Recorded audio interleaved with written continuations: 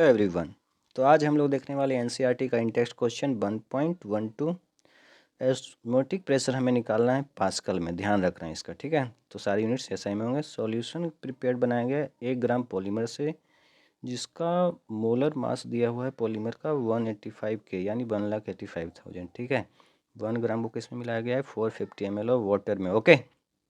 तो 1 ग्राम को डिजॉल्व किया गया और टेम्परेचर 37 डिग्री सेल्सियस है। तो ये गिवन डेटा है, इसको हम लोग लिख लेते हैं पहले।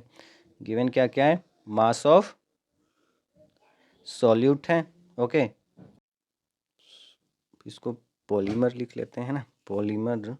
तो ये दिया हुआ है कितना पॉलीमर का? 1 ग्राम है ना, 1 ग्राम, ओके। अब हमें दिया हुआ है दूसरा चीज़ क्या? Molar mass. तो मोलर मास ऑफ सॉल्यूट ये है 185,000, ओके। साथ में क्या दिया हुआ है? वॉल्यूम ऑफ सॉल्यूशन लिख लेते हैं, क्योंकि 1 ग्राम का मतलब बहुत ही कम है, तो सेम रह जाएगा ना, 450 ml। इसको 450 ml को अगर जो लीटर में कन्वर्ट करें 1000 से डिवाइड करके, तो ये क्या बन जाएगा? 0.45 लीटर, ओके। अब क्या करना है हमें?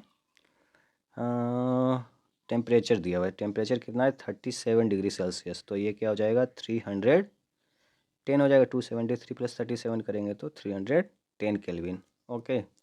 तो हमने ऑस्मोटिक प्रेशर के लिए क्या पढ़ा? हमने pi equals to CRT, okay. तो हमें ये सब पाई किस में चाहिए? SI में चाहिए, है ना, SI यूनिट्स में। SI यूनिट्स में प्रेशर क्या होता है? पास्कल होता है ना। तो सभी को किस में रखना पड़ेगा? SI यूनिट्स में। तो देखो यहाँ ध्यान से, आर का जो स्टैंडर्ड में हम लोग लिखते हैं SI में, वो होता है 8.314 जूल पर मोल पर केल्विन, ओके। ये होता है यूनिट। और टेम्परेचर तो दिया हुआ है स्टैंडर्ड में 310 केल्विन, हमने कर दिया ऑलरेडी। तो और कंसंट्रेशन को देखो, यहाँ पे क्या होता है? Moles upon volume in litre होता है ना। तो वॉल्यूम इन लीटर होता है, पर हमें क्या चाहिए रहेगा? लीटर को मीटर क्यूब में बदलना पड़ेगा, ठीक है। तो देखो अभी रखते हैं, पहले तो वैल्यू रखते हैं। एन की वैल्यू हमें निकालनी पड़ेगी, क्योंकि मोल्स हमें दिया हुआ नहीं है। तो 1 ग्राम मास है और 185,000 क्या है इसका? Molar mass.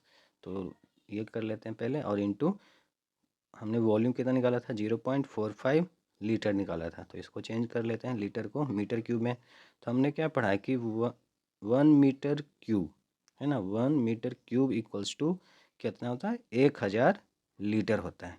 तो 1 लीटर इक्वल्स टू क्या होगा? 10⁻³ मीटर क्यूब पर लीटर बोल सकते हो इसको, ओके। तो बस अब इसको क्या करना है? यहाँ पे रख देते हैं वैल्यू को। तो देखो यहाँ पे अगर जो इस वैल्यू को रखेंगे, तो 0.45 लीटर को मीटर क्यूब में बदलना पड़ेगा ना। 0.45 इंटू 10⁻³ मीटर क्यूब हो जाएगा, ओके।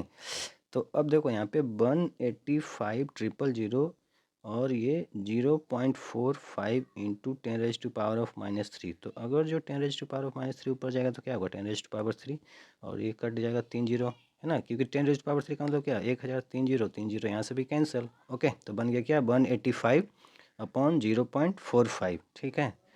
तो ये हमारा आ गया किस में? SI यूनिट में आ गया, ठीक है। SI यूनिट में सीधा सीधा लिख लेते हैं, मोल पर मीटर क्यूब, ओके। तो अब देखो यहाँ पे पाई इक्वल्स टू CRT होती है, तो सारी वैल्यू बस रख देते हैं। 1/85 इंटू 0.45 और आर की वैल्यू 8.314 इंटू टेम्परेचर 310, ओके। तो पॉइंट को हटाएंगे तो यहाँ पे क्या आ जाएगा? 1000, और इस पॉइंट को हटाएंगे तो ऊपर में क्या चला जाएगा? 100। तो यहाँ से 3 जीरो और नीचे से 3 जीरो कैंसिल, ओके। तो अब हमारे पास क्या बच गया? देखो लिखते हैं इसको साइड से, 8314 इंटू 31 और ये 185 इंटू 45। ये तो लग नहीं रहा है कुछ कटेगा, तो मल्टीप्लाई कर लेते हैं, ऊपर वाले को अलग और नीचे वाले को अलग, ठीक है। तो ये आ गया ऊपर वाला 257,734, ओके। और ये नीचे वाला आ जाएगा 245 है, 140, तो 8325 आ रहा है, ओके। तो इसको अगर जो डिवाइड करोगे तो मिलता है 30.9 9 ठीक है पास्कल। तो अगर जो इसको चेंज कर दें तो 9 6 हो जाएगा। ठीक है पास्कल ये आंसर है। ओके थैंक यू, मिलते हैं नेक्स्ट